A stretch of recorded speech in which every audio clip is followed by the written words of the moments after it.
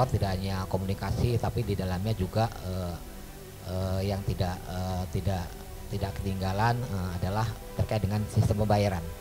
Jadi kalau zaman dulu mungkin kita pada saat transaksi jual beli masih menggunakan uang tunai, masih pakai internet banking atau SMS banking dulu. Sekarang dengan adanya teknologi sudah semakin gampang, semakin mudah. Ada mobile banking, dan yang terbaru adalah terkait dengan sistem pembayaran kris.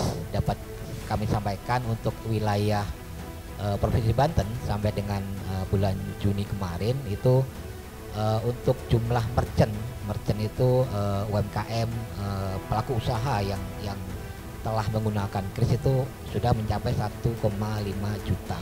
Jumlah itu ada kenaikan sekitar 100.000 dibandingkan dengan posisi bulan Maret. Kalau jumlah pengguna krisnya dari sisi konsumennya itu kurang lebih sudah ada sekitar 2 juta user pengguna kris. Agustus kemarin bertepatan dengan Hari Kemerdekaan Republik Indonesia, itu Bank Indonesia meluncurkan kris tuntas. Kris tuntas itu singkatan dari tarik tunai, transfer, dan setor.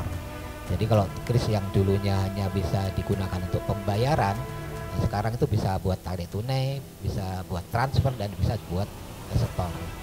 Kawan-kawan sekalian, digitalisasi hari ini merupakan keniscayaan yang harus mau tidak mau kita mengikutinya dengan baik, bahwa pertumbuhan ekonomi sekarang ini sangat didominasi dengan digitalisasi, ya. Sebagaimana kita tahu bahwa pertumbuhan ekonomi kerakyatan di bidang UMKM telah membuktikan bahwa ekonomi Indonesia cukup kuat. Nah, sebenarnya dalam kondisi ini apa yang harus dilakukan oleh teman-teman pers? Bahwa teman-teman pers itu memiliki peran yang sangat dominan.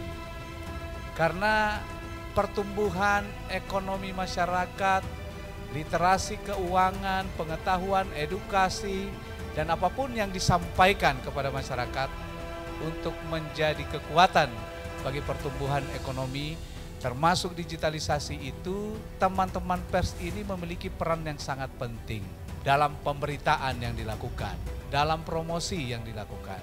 Kemudian sekaligus juga memberikan edukasi kepada masyarakat dari pemberitaan-pemberitaan yang dilakukan. Teman-teman pers juga memiliki peran penting bagaimana menjadi jembatan bagi pemerintah dan masyarakat. Lewat apa? Lewat pemberitaan dan promosi-promosi tadi. Jadi keberadaan teman-teman pers ini memiliki posisi yang sangat strategis, ya, dalam setiap aktivitas program yang diluncurkan oleh pemerintah, termasuk program digitalisasi keuangan. Nah, digitalisasi keuangan ini, teman-teman, kris merupakan salah satu program yang diluncurkan oleh Bank Indonesia. Saya yakin bahwa teman-teman pers ini sangat memahami perkembangan digitalisasi di bidang keuangan ini sebagai kemudahan dan akan mendorong pertumbuhan ekonomi itu semakin cepat. Siang hari ini tentu kita berharap bahwa interaksi kita hari ini menjadi salah satu materi yang akan mengedukasi masyarakat kita, ya, yang bisa menjangkau berita-berita yang ditayangkan oleh teman-teman pers sekalian.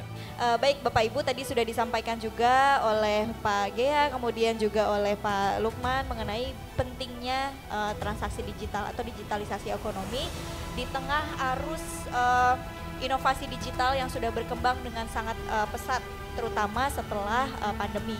Saya yakin Bapak Ibu, rekan-rekan wartawan yang ada di dalam ruangan ini sudah paham begitu ya, sudah paham mengenai digitalisasi.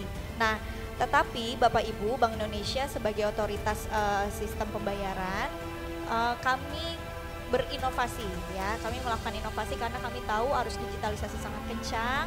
Sebelum pandemi bahkan digitalisasi teknologi itu sudah sangat berkembang. Kemudian yang perlu diketahui nih Bapak Ibu, apa sih yang bisa kita lakukan dengan handphone kita, transaksi ekonomi apa yang bisa dilakukan dengan handphone kita. Jadi sekarang memang ekonomi sudah berkembang hanya dengan satu genggaman di handphone, bahwa ada inovasi pembayaran digital yang disebut dengan KRIS. Ya, KRIS itu kepanjangannya QR Code Indonesian Standard, jadi QR Code pembayaran yang sudah distandarisasi. Kenapa distandarisasi Bapak Ibu? Jadi dulu awal-awal ketika digital payment itu muncul di Indonesia, kita tuh nggak bisa membayar di suatu merchant atau di toko kalau kita aplikasinya beda. Nah, dengan adanya QR Code Indonesian Standard atau KRIS, kita bisa melakukan pembayaran dengan lintas aplikasi, lintas digital payment, lintas perbankan juga, yang kalau perbankannya memang sudah aplikasinya sudah dilengkapi dengan KRIS, itu sangat mudah, sangat efisien. Artinya kita hanya butuh satu aplikasi saja untuk bisa melakukan transaksi pembayaran ya di merchant-merchant atau di toko-toko yang memang sudah terdaftar sebagai merchant KRIS.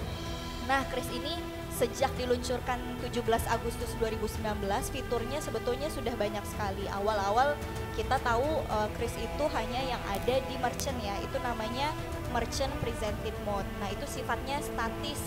Bapak Ibu, apa sih statis? Ya, statis itu adalah KRIS yang tidak dilengkapi dengan biaya atau harga yang harus kita bayarkan, sehingga kita nginput sendiri itu KRIS statis.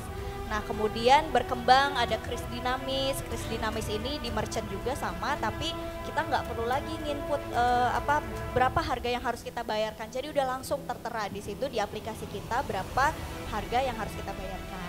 Nah, kemudian ada lagi Customer Presented Mode. Nah, Customer Presented Mode ini adalah KRIS yang ditampilkan oleh kita sebagai konsumen ketika kita melakukan transaksi. Nah, kemudian ada juga KRIS yang berkembang nih ketika waktu pandemi kemarin adalah KRIS tanpa tatap muka. Nah, KRIS tanpa tatap muka itu buat inovasi di mana yang memungkinkan kita untuk melakukan transaksi KRIS dari tempat yang berbeda ya. Nah, kemudian berkembang lagi KRIS antar negara, dan yang terakhir adalah KRIS tuntas ya.